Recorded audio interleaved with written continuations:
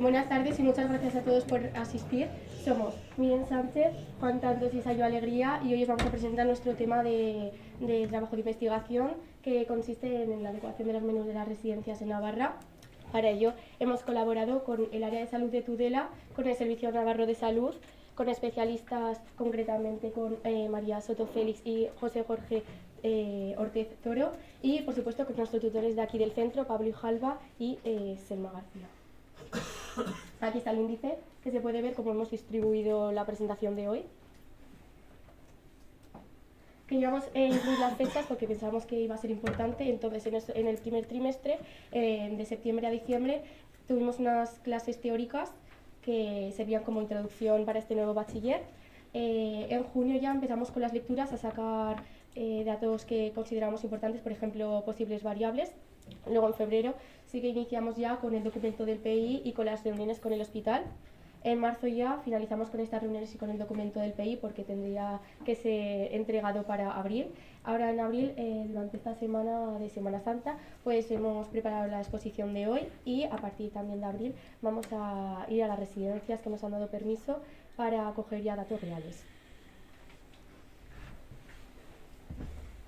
Como muchos sabréis, la adecuación de menús de las residencias en Navarra, bueno, en toda España, además de la malnutrición de los residentes, es un tema que causa mucho interés actualmente y aún encima hemos visto que este tema no ha sido hablado en muchos trabajos.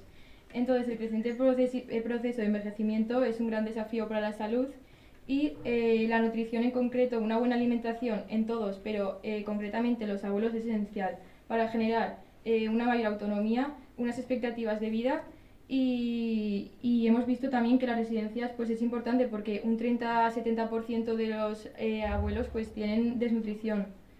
Además, bueno, nuestro proyecto va a consistir, vamos a coger los datos de residencias, como ha dicho Sayoa, de la Ribera y vamos a compararlas con los datos obtenidos de EFSA para ver si realmente cumplen la adecuación de lo que debe de ingerir un abuelo medio. Además, luego en el objeto de estudio vamos a evaluar los menús de 3 residencias distintas. Vamos a evaluar las 4 comidas: almuerzo, desayuno, comida y cena. Y vamos a hacerlo mediante doble pesada y una observación. Vamos a ver la comida, vamos a echar fotos y para ver si, aparte de si cumplen las medidas, si es apetitoso para esa persona para que la ingeste. Además, otro aspecto importante es que vamos a contar con la ayuda de otros compañeros del BI+, que están evaluando el estado nutricional, o sea, cómo están realmente, y vamos a combinar tanto conclusiones, resultados, incluso variables importantes como si los ancianos consumen algún medicamento o también el tiempo libre o mediante una prueba de MNA nos va a ayudar a sacar muchos más datos de los que vamos a tener nosotros mediante lo que vamos a hacer. En relación a los antecedentes, se incluye el estado de la cuestión, que recoge tanto datos como conclusiones de estudios similares, aunque en nuestro caso no hay muchos estudios similares ya que nos centramos en residencias de la Ribera y los estudios que ya se han llevado a cabo no son muy recientes.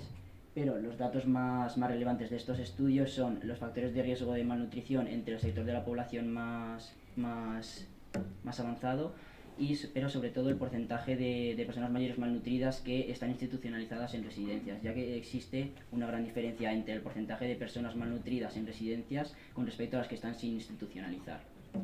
En los antecedentes también se incluye tanto la contextualización como el marco teórico. En torno a la contextualización hemos constatado una serie de datos estadísticos propios de Navarra y España, sacados del Instituto Nacional de Estadística y del Instituto de Estadística de Navarra, que afirman que tanto en Navarra como en España las proyecciones de población mayor de 65 años van a aumentar en los próximos años, por lo que España será cada vez un país más envejecido.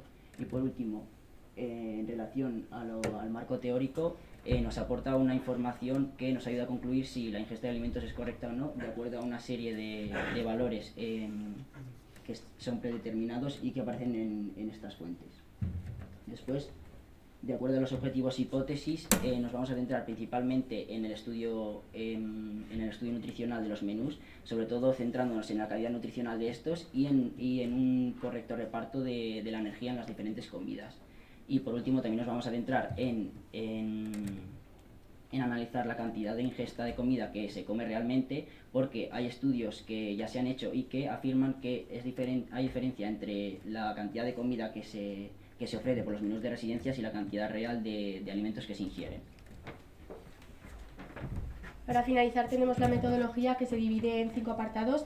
El primero es el diseño, que gracias a nuestras clases teóricas hemos podido constatar que este trabajo es transversal, descriptivo, prospectivo y observacional. Luego, de todas las residencias que queríamos haber acudido, solo 3 nos han dado permiso, que son la de Justiniana, Fitero y Valtierra.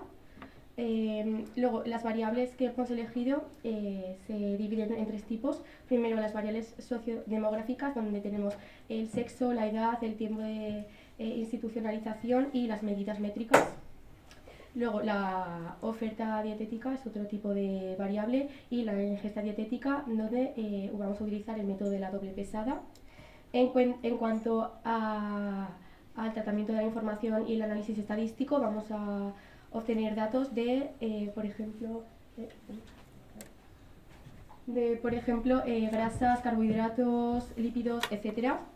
También, gracias a lecturas, vamos a tener en cuenta la opción de utilizar aplicaciones como Brunumur, que nos ofrece la creación de tablas, por ejemplo, para los nutrientes.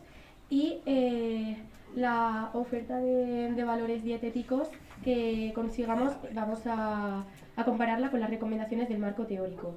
En cuanto a las cuestiones éticas, vamos a seguir los procedimientos de la Declaración de Helsinki. Y bueno, hasta aquí todo. Muchas gracias por habernos escuchado, espero que os haya gustado. Y cualquier pregunta...